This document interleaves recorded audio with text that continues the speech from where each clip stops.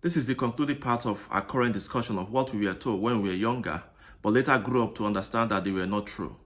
You see, as an African, you cannot stay in an African environment without being told the things you need to do and the things you shouldn't do. And if they are done, you would have some repercussion. Some of those things the African parents would ordinarily tell the children, and some the children would just know them by constant interaction in the society, So I have categorized them, and number one of them is superstition. Some of those things are just mere superstition, and while some are just, for the children to live a life of good moral. For instance, the ones that I categorize as superstition are the ones we are told that I was particularly told that if I drank from the water that a dog drank from, that I would now run more than any human. I would now be running like the dogs.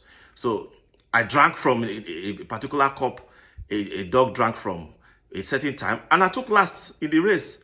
So, how can you explain that? I was told that salt must not drop on the ground and, without pouring water on it immediately, else there would be serious quarrel in that house. And I attempted some of this several times, pouring salt on the ground and never pouring water, and there was never a quarrel. Apologies to my parents if I wasted salt anyway. So those were, superstition. Then some of the good moral, some of the examples of good moral are the ones that, so many ladies were told that if a guy touched them, that they would get pregnant. I see them as to guide the children to live a life of good moral. And we were also told that we shouldn't mimic people.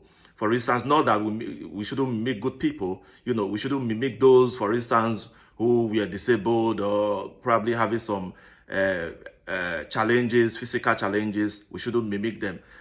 Some of those things were to guide us to ensure that we live a life of good moral. That if we did that, we are going to be like them. So two categories I have here: one, superstition, which I gave examples, and two, for the children to live a life of good moral.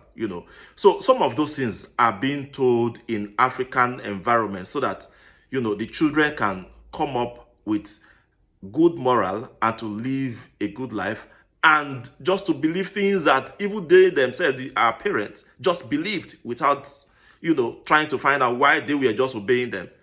So some of those things are just to guide us. I don't see any issue with them. I have never seen any issue with them. So that ends the discussion of what we were told when we were younger, but later realized they were not true. Thank you. Goodbye.